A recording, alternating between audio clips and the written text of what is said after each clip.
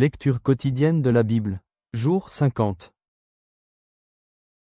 Ancien Testament. Exodus 25, Exodus 26. L'Éternel parla à Moïse, et dit, « Parle aux enfants d'Israël. Qu'ils m'apportent une offrande. Vous la recevrez pour moi de tout homme qui la fera de bon cœur. Voici ce que vous recevrez d'eux en offrande, de l'or, de l'argent et de l'airain, des étoffes teintes en bleu, en pourpre, en cramoisi, du fin lin et du poil de chèvre, des peaux de bélier teintes en rouge et des peaux de dauphin, du bois d'acacia. De l'huile pour le chandelier, des aromates pour l'huile d'onction et pour le parfum odoriférant, des pierres d'onyx et d'autres pierres pour la garniture de l'éphod et du pectoral. Ils me feront un sanctuaire, et j'habiterai au milieu d'eux. Vous ferez le tabernacle et tous ses ustensiles d'après le modèle que je vais te montrer. Ils feront une arche de bois d'acacia, sa longueur sera de 2 coudées et demie, sa largeur d'une coudée et demie, et sa hauteur d'une coudée et demie. Tu la couvriras d'or pur, tu la couvriras en dedans et en dehors, et tu y feras une bordure d'or tout autour. Tu fondras pour elle 4 anneaux d'or, et tu les mettras à ses 4 coins, 2 anneaux d'un côté et 2 anneaux de l'autre côté. Tu feras des barres de bois d'acacia, et tu les couvriras d'or. Tu passeras les barres dans les anneaux sur les côtés de l'arche, pour qu'elles servent à porter l'arche. Les barres resteront dans les anneaux de l'arche, et n'en seront point retirées.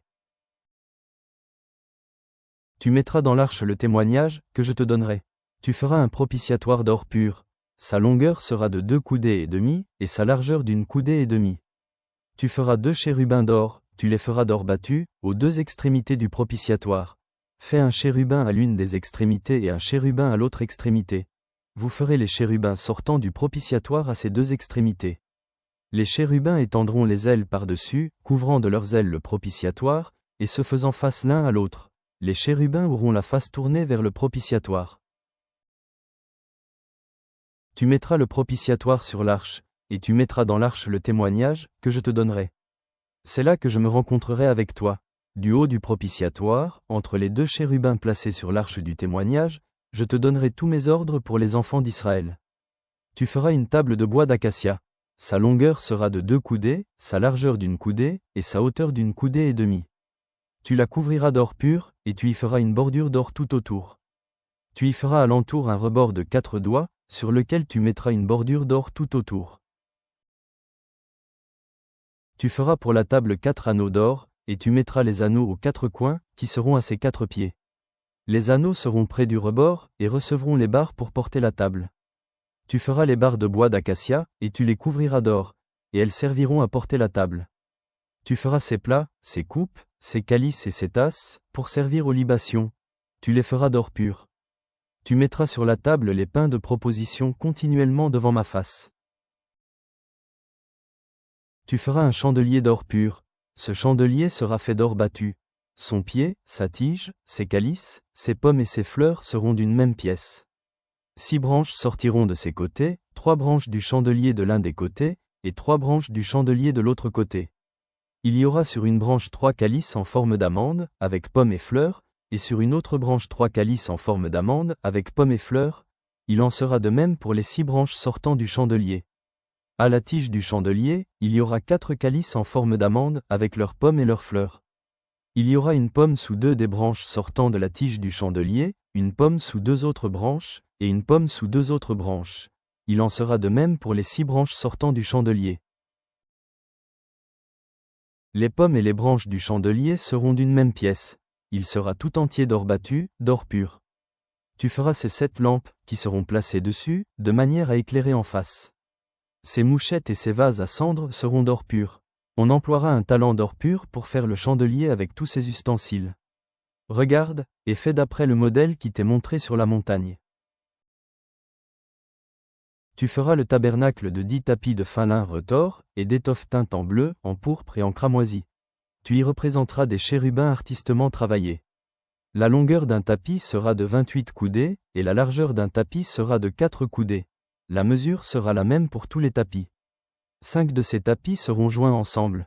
Les 5 autres seront aussi joints ensemble. Tu feras des lacets bleus au bord du tapis terminant le premier assemblage.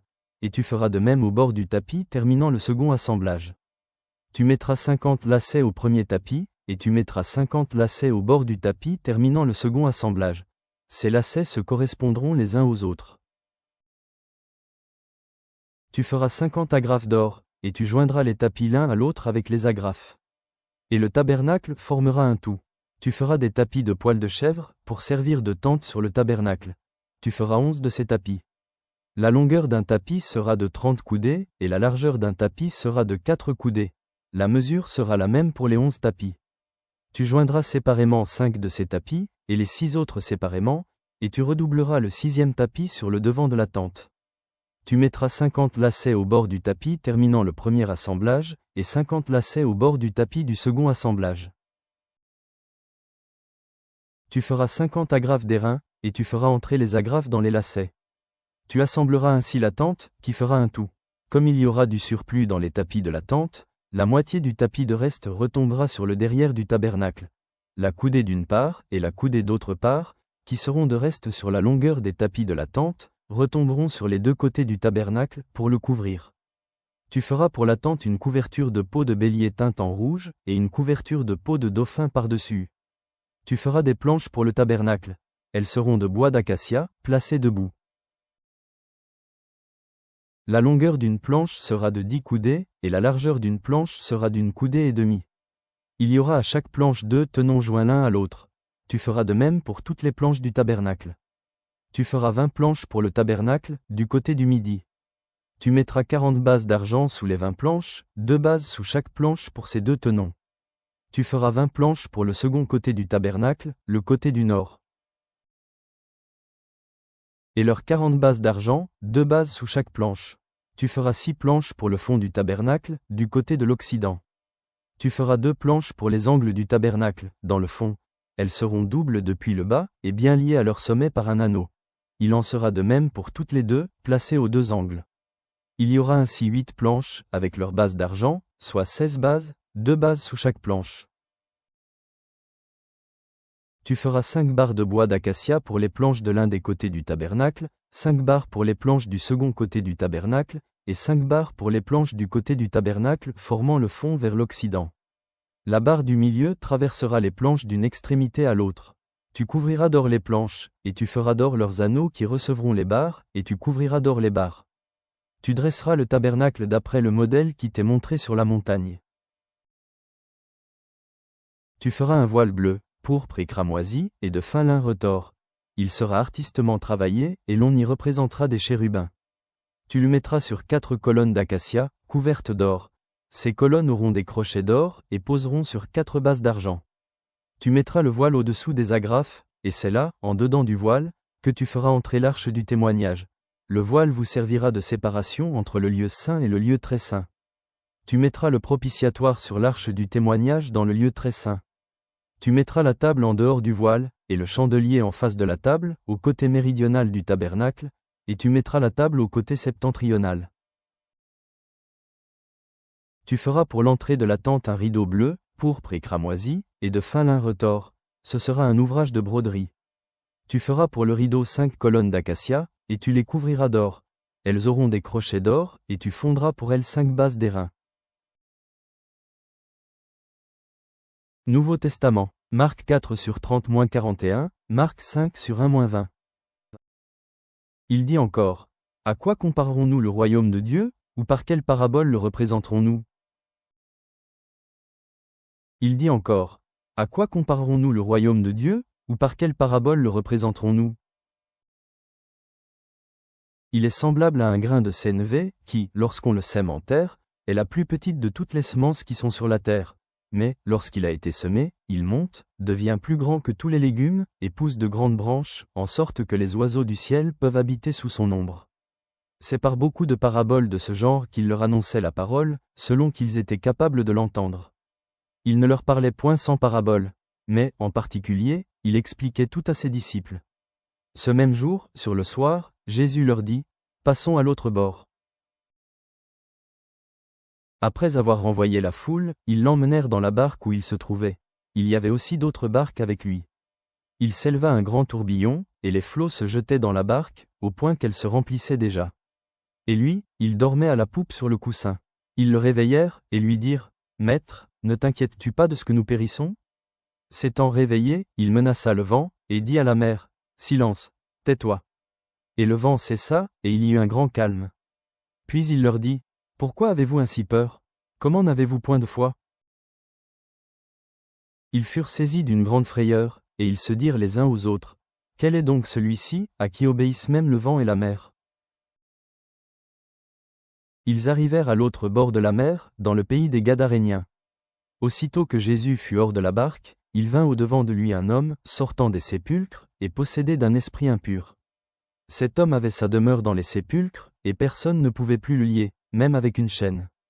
Car souvent il avait eu les fers aux pieds et avait été lié de chaînes, mais il avait rompu les chaînes et brisé les fers, et personne n'avait la force de le dompter.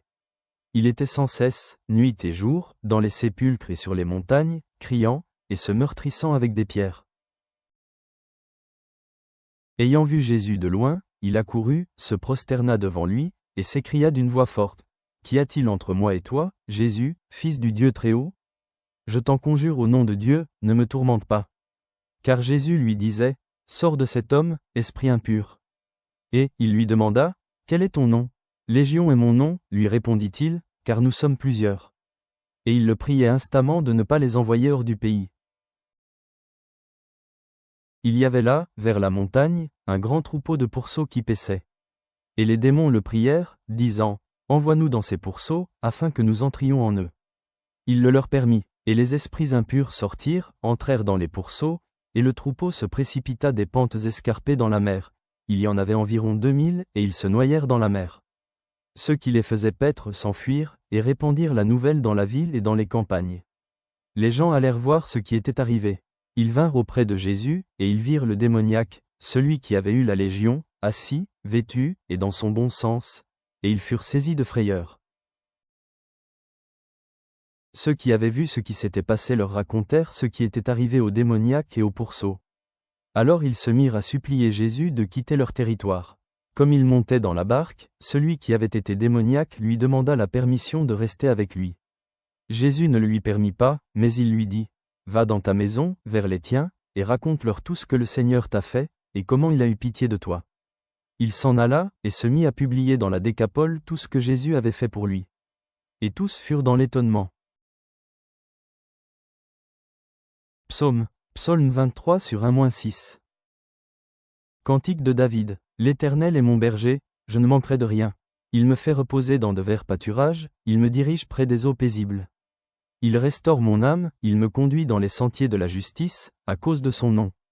Quand je marche dans la vallée de l'ombre de la mort, je ne crains aucun mal, car tu es avec moi, ta houlette et ton bâton me rassurent. Tu dresses devant moi une table, en face de mes adversaires. Tu oins d'huile ma tête, et ma coupe déborde. Oui, le bonheur et la grâce m'accompagneront tous les jours de ma vie, et j'habiterai dans la maison de l'Éternel jusqu'à la fin de mes jours. Père céleste, nous nous réjouissons de la guérison de l'aveugle Bartimée et de sa persévérance à crier pour obtenir miséricorde malgré l'opposition. Alors que nous contemplons l'entrée triomphale de Jésus à Jérusalem, accorde-nous des yeux pour le voir comme roi et des cœurs qui l'adorent avec abandon. Aide-nous à reconnaître le véritable temple où tu demeures et à purifier nos vies de tout ce qui souille ton lieu saint. Que nous portions du fruit pour ton royaume et que nous menions des vies dignes de notre vocation en Christ. Toute gloire et toute louange à Jésus-Christ, maintenant et pour toujours. Amen.